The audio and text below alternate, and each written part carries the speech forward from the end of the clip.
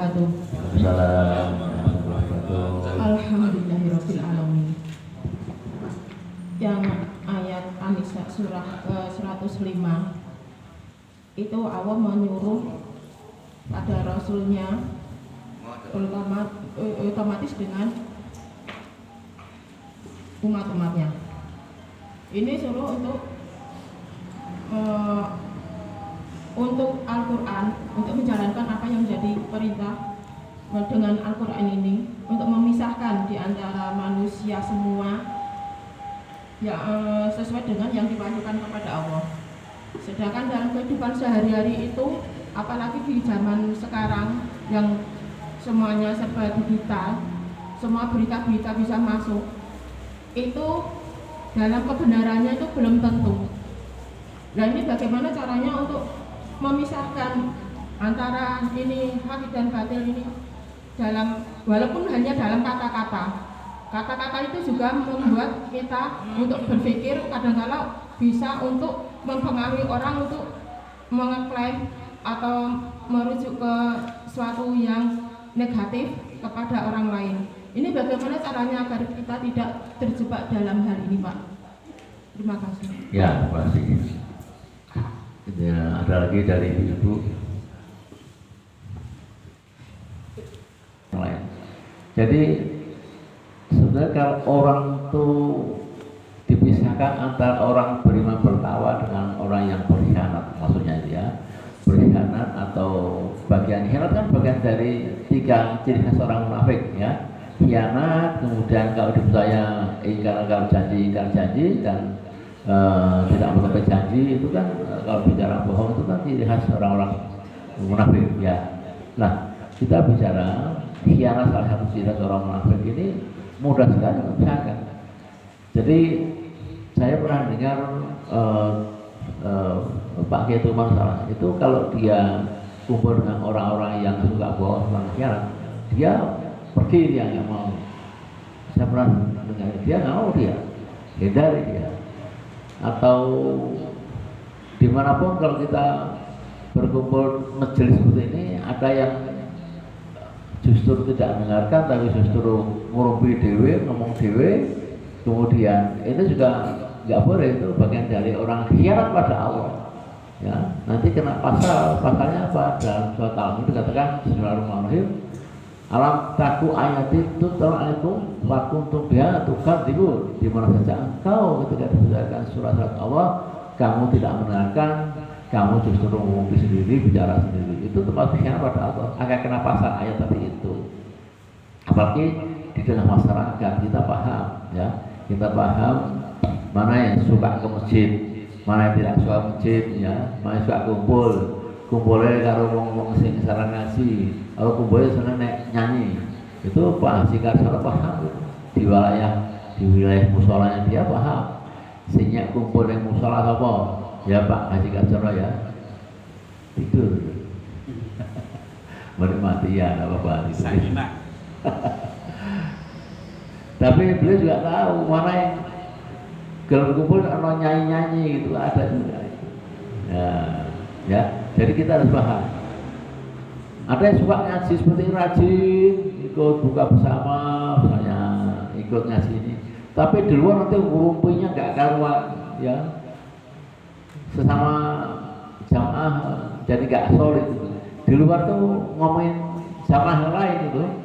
Ini kenapa saya bicara gitu, karena sudah jabri saya baik sekali. Jamaah itu jabri saya, Pak Ustadz gimana nih? Apa perlu saya ajukan di Pak Ustadz, saya sumpah pocong. Itu ada gitu sama itu, tapi saya nggak menunjukkan. Tapi ada rajin ngaji, tapi nggak rajin ngerumpi temannya sendiri, itu nggak baik.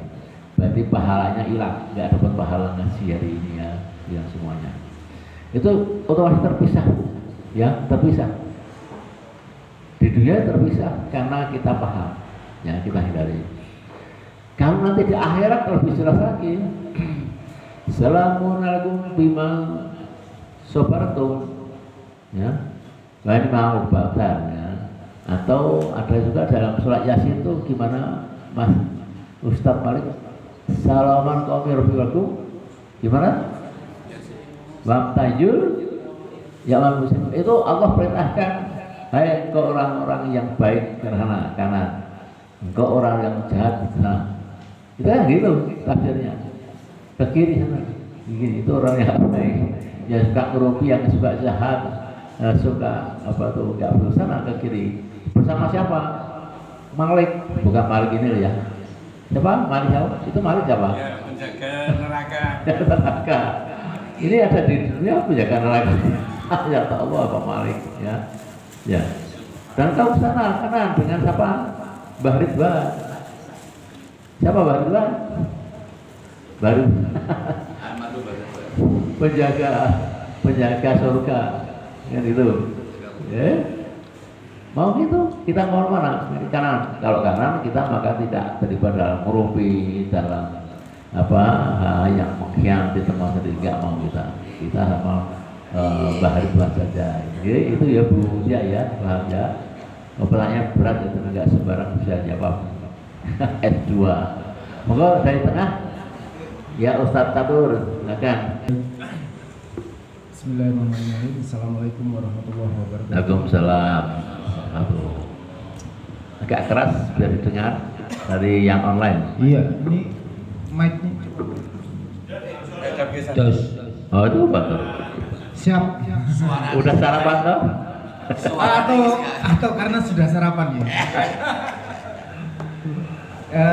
Saya setuju Pak Bambang bahwa untuk melihat nyambung dari Ibu Mutia bahwa untuk melihat sebuah kemunafikan itu insya Allah mudah nih. Artinya dari apa yang diucapkan, dari apa yang dijanjikan, dari apa yang yang patut kita garis bawahi bahwa kaitannya dengan ghibah itu fikihnya macam-macam. Jadi ghibah itu tidak selamanya haram gitu.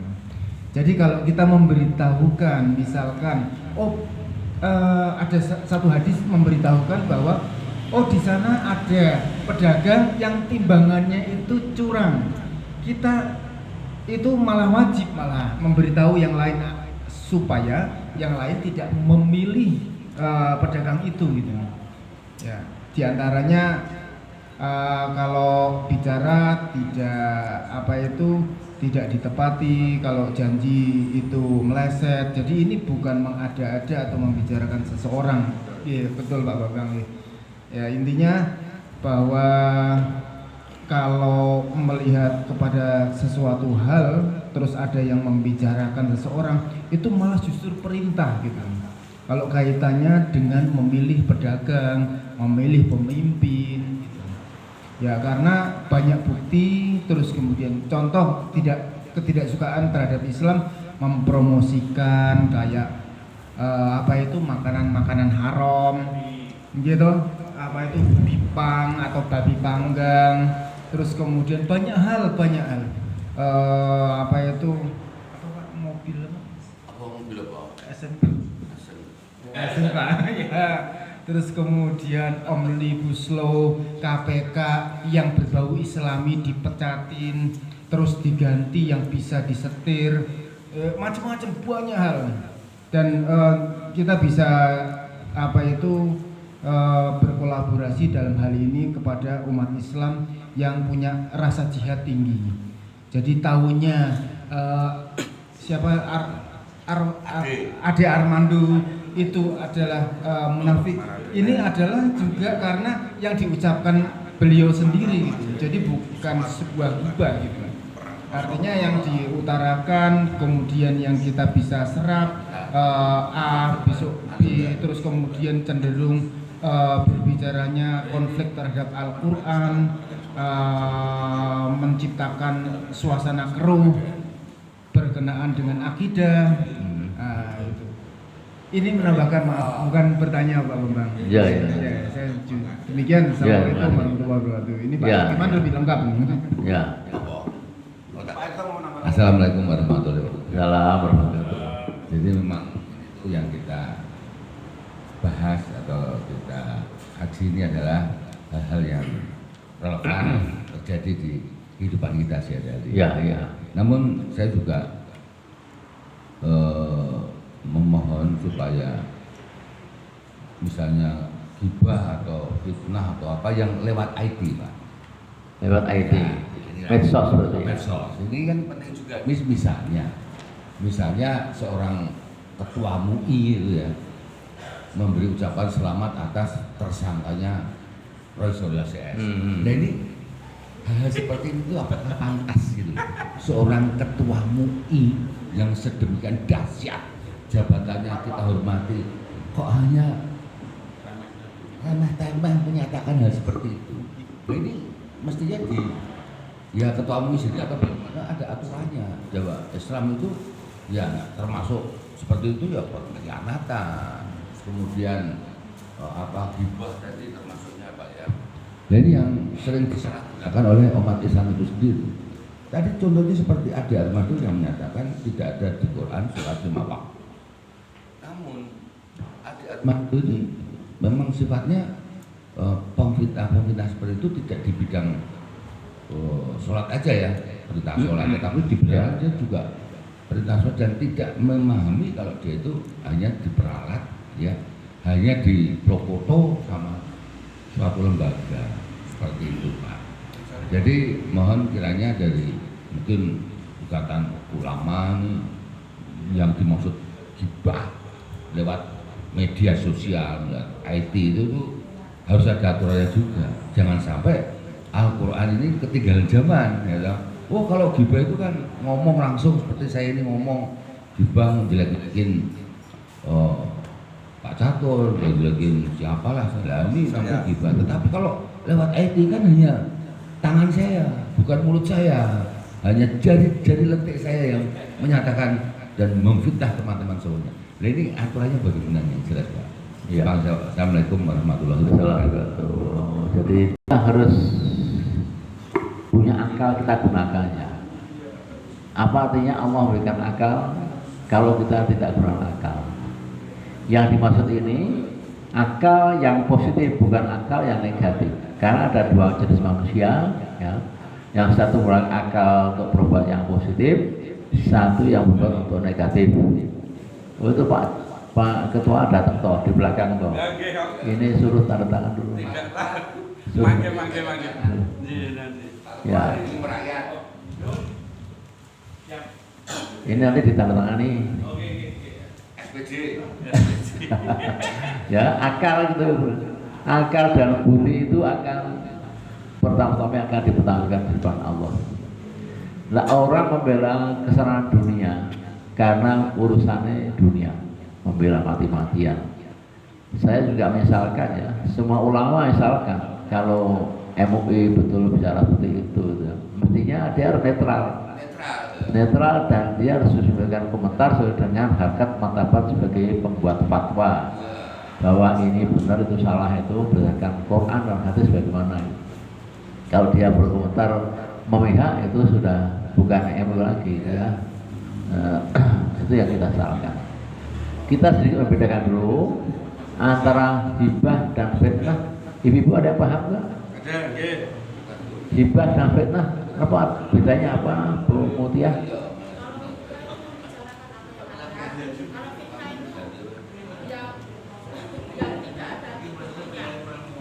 Ya. Jadi hibah itu akan menjadi fitnah manakala ditambah-tambahi yang tidak benar. Hibah itu kenapa juga dilarang oleh Allah ya?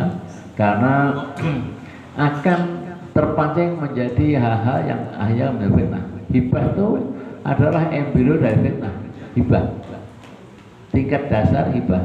Tapi ini akan menjadi embrio menjadi fitnah ketika digosok terus oleh 2-3 orang makin banyak, itu kan, maka dilarang hibah ya, apalagi fitnah ya. Itu maksudnya gitu. Jadi meskipun itu bicara yang betul, itu Allah melarang kalau itu berhubungan dengan pihak lain ya. Maka itu siapa sekarang ini? Mbak Rahmat silakan. Yang online speak. Kami tertarik pada apa tadi kabar kalau di Belgia atau di negara lain itu gereja pada sepi. Tapi kita lupa masjid kita juga sepi, Pak. Nggih. Perzinaan di mana-mana, terus umatnya juga buka aurat sebegitu vulgar. Nah, ini perlu pemikiran tersendiri. Dan apa yang tadi dibahas itu makin menarik apabila kita ghibah, bahkan sampai namimah pun itu pada memframingkan sendiri-sendiri, pada membuat narasi sendiri-sendiri. Padahal dalam kitab Sulamun Taufik itu namimah saja kita menggunjing atau ngerumpi orang lain itu tidak bisa dimaafkan apabila belum minta maaf pada orang yang kita gibai, kita gunjing. Salah satu syarat untuk dimaafkan adalah meminta maaf pada orangnya. Ini yang berat. Apalagi kita gibah pada Mulyono. Ini kita harus minta maaf pada mereka juga. Lah, ini juga berat. Maka kita kurangi gibah namimah ini untuk diri kita sendiri. Nanti kalau ini makin besar, ini ada kayak Sudan nanti awalnya, perang saudara. Yang sini memframing dengan narasi-narasi yang demikian, semuanya berebut kebenaran. Nah, inilah yang harus kita waspadai. Bagaimana kita sebagai jamaah yang membahas tentang istilahnya untuk kedepannya. Rasulullah saat berperang itu terkoordinir sekali. Kita perangnya juga perang, ya, sekarang perang framing, Pak, perang narasi, saling perangnya malah perang golongan. Terima kasih. Wassalamualaikum warahmatullahi wabarakatuh. Inilah dan maka umat Islam selalu tekankan smartphone itu bisa bisa bermakna positif. Ini kan bid'ah, ini pun bid'ah, ini pun bukan bid'ah, tapi bid'ah yang dolar apa biar yang hasanah, kan? Kalau kita menggunakan yang hasanah maka gunakan untuk ngaji, untuk tafsir ringkas seperti ini, itu hasanah. Seandainya saya ubah, tak carikan di sini ada link tentang pornografi, tak tampilkan, itu kira-kira gimana? Bid'ah, dolar, berarti kemaksiatan yang ditampilkan. Ya. Ibu mau saya lihat pornografi di sini? Jelas nggak mau, saya pun nggak mau karena iman kita, takwa kita membawa pada hal yang wa'amhaha fujuraha wa taqwaha, ya gitu kan? Orang tuh hanya memilih sesuai dengan naluri kita, hati kita. Kalau hati kita selalu bicara positif, maka wa'amhaha fujuraha wa taqwaha, ya, gitu kan? Jadi pasti yang baik. Kembali ke persoalannya. Nabi bersabda, Mbak Yatiman, yang maksudnya artinya yang pertama, jika engkau melihat kebobrokan satu kaum, ubahlah dengan apa? Tangannya. Kalau tidak bisa dengan lisan. Kalau nggak bisa ya sudah ya berdoa. Dengan hati itu doa. Kalau belum itu berdoa, ya. Nah kita mau merubah pakai tangan bisa nggak kira-kira? Misalnya negara kita dibawa ke arah kebobrokan. Sekarang bobrok betul kan? Setelah ada satu mutiara yang muncul Purbaya itu mutiara, ya, yang dibawa masyarakat betul itu utara. Mutiara itu sekarang membawa cahaya kebobrokan masa lalu. Kita bisa merubah pakai tangan apa? Dengan senjata, dengan memukul nggak bisa. Dengan mulut kita, dengan kita berdakwah, kita menyampaikan kulil haq walau kana murad, ya. Ini kita harus bedakan antara mana yang hibah, mana yang fitnah, ya. Karena kita umat dirugikan semuanya, bisanya dengan lesan, ya kita ubah dengan lesan, ya. Kita nggak mau dengan berbangun dengan pamswakarsa untuk nggak berani, kita bukan. Kita berdakwah saja bahwa model pemerintahan yang salah itu bobrok betul, membawa negara ini dalam ambang kehancuran, hutangnya begitu dasar, ya. rakyat diperdaya dan macam-macam. Kita bisanya hanya dengan mulut kita, nggak bisa dengan tangan kita dan dengan hati atau dengan doa. Itu maksud saya itu ya. Jadi kita harus paham sebagai orang-orang yang intelektual, paham agama, maka kita harus pilih dan pilah mana yang pas untuk kita. Kita bisanya mengkaji dan memberikan saran yang baik. Mungkin terakhir Pak Yatima silakan. Pertanyaannya hanya singkat saja, tapi ilustrasinya yang panjang. Saya pernah membaca sejarah perang Diponegoro. Saya pernah membaca perang Padri, Imam Bonjol. Itu pelajaran. Saya pernah membaca Daud Berua. Orang Aceh menyumbangkan kepada negara 2 pesawat dan 28 kg emas untuk Monas yang sekarang ada, orang Aceh. Saya pernah melihat sekarang ini yang diputar film di 30S dengan semua narasinya diputar ulang. Saya melihat Benny Murdani. Saya melihat seorang tokoh muslim yang berbicara dengan Yitzhak Rabin, Perdana Menteri Israel. Saya melihat A.M. Fakwa. Saya melihat Presiden Jokowi. Ayat 101 sampai 103 ini adalah perintah sholat, tentang sholat.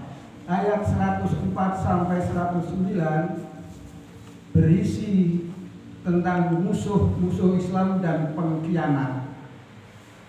Pertanyaannya adalah, saya juga melihat yang belum terakhir pengajian yang dibubarkan di Surabaya, dan saya sendiri pernah ikut pengajian yang dibubarkan. Pertanyaannya adalah, bagaimana menentukan indikator dan pengertian musuh-musuh Islam supaya kita bisa bersikap. Yang kedua adalah bagaimana menentukan pengkhianat. Tadi sudah saya berikan gambaran ilustrasi. Pengkhianat menurut pandangan Allah, menurut fikih, dan bagaimana menentukan pengkhianat menurut negara. Agar kita bisa menyikapi, kita tahu musuh Islam, kita tahu pengkhianat, sehingga kita tidak akan membela pengkhianat. Kita ada ayat 109 kan larangan membela pengkhianat. Maka kita perlu pengertian dan indikatornya supaya kita bersikap. Minta maaf, kajian ini adalah progresif dan sangat menyenangkan. Assalamualaikum warahmatullahi wabarakatuh. Ya, saya beringkas yang terakhir. Pahlawan.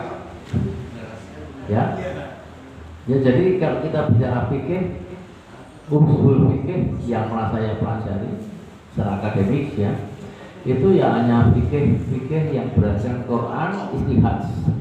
Ijtihad dibagi 2, yaitu isma dan qiyas. Itu prinsip ya, prinsip kita akademisi ya. Jadi tidak ada fikih pemerintah itu tidak ada. Kalau fikih pemerintah itu sudah bicara masalah politik. Politik itu apa? Apa artinya politik? Yang muda Mas Ustaz Catur, apa politik artinya? Iya, siasat. Artinya apa? Itu kan maknanya. Terminologinya apa? Epistemologinya begitu. Mengajak seseorang untuk mengikuti kemauannya. Itu kampanye, promosi. Tapi terminologi sama etimologi harus dibedakan dulu. Politik, strategi, siasat, manuver. Ya, untuk mendapatkan kekuasaan dari itu politik itu. Kalau untuk mendapatkan kekuasaan itu ada 2 macam, syariah dan non syariah. Ya, itu etimologinya. Lah kita sekarang bicara syariah. Ya, syariah berarti kalau kita mencapai satu tataran untuk mencari kekuasaan, maka etimologi dalam syariah adalah dengan jalan Quran dan hadis. Nggak boleh itu dihilangkan. Itu basicnya itu gitu. Kalau bertentangan dengan Quran dan hadis maka sudah haram hukumnya. Sudah haram. Etimologinya begitu. Secara terminologi, politik adalah mencapai sesuatu yang bisa memberikan kekuatan bersama-sama. Sehingga yang dimaksud politik adalah jika punya kepentingan yang sama, maka damailah dia. Jika kepentingan lain, sore bersama, paginya sudah berlainan. Itu politik. Betul nggak coba? Paginya hantam-hantaman di parlemen, tapi setelah berjuang ternyata Makan bersama, kemudian punya statement yang sama, maka damailah itu. Maksiat bersama. Maksiat, itulah politik. Ya, maka sekali lagi Pak Yedi Iman, kita nggak ada pikir pemerintah, ya. Jadi ada dalam politik. Politik itu berarti menghalalkan semua cara. Tidak mencuri itu haram, semua halal. Kalau sudah bicara politik, ya. Kalau bunuh, membunuh orang, menyalakai orang, melihat orang, itulah politik. Tapi kalau kita syariah Islam, politik nggak begitu karena Quran hadis melarangnya. Nah, kejadian-kejadian di kita tadi bicara UI, MUI macam-macam, ya.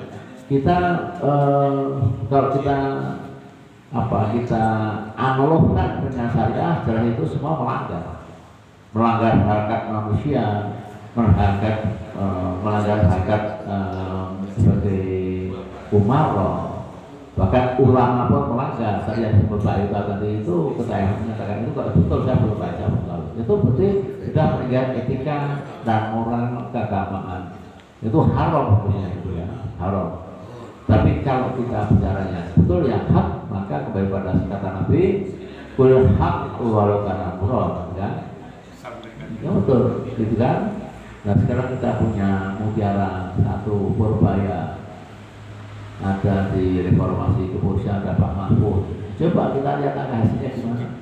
Sedangkan mereka tadi sebelum teman-teman Pak ada sidang sekarang ini. Kita lihat jalan sidang gimana. Kalau fair betul, maka akan hasilkan pasti akan baik.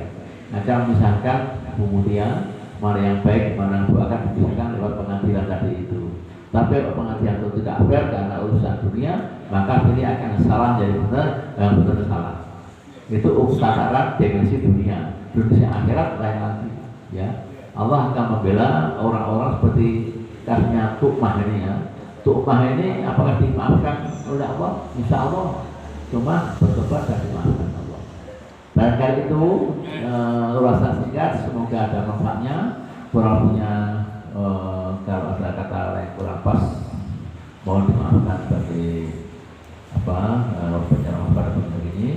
Dan sobat kodur, selamat menjalankan ibadah. Semoga selalu diberkahi Allah. Amin. Wassalamualaikum warahmatullahi wabarakatuh. Assalamualaikum warahmatullahi wabarakatuh.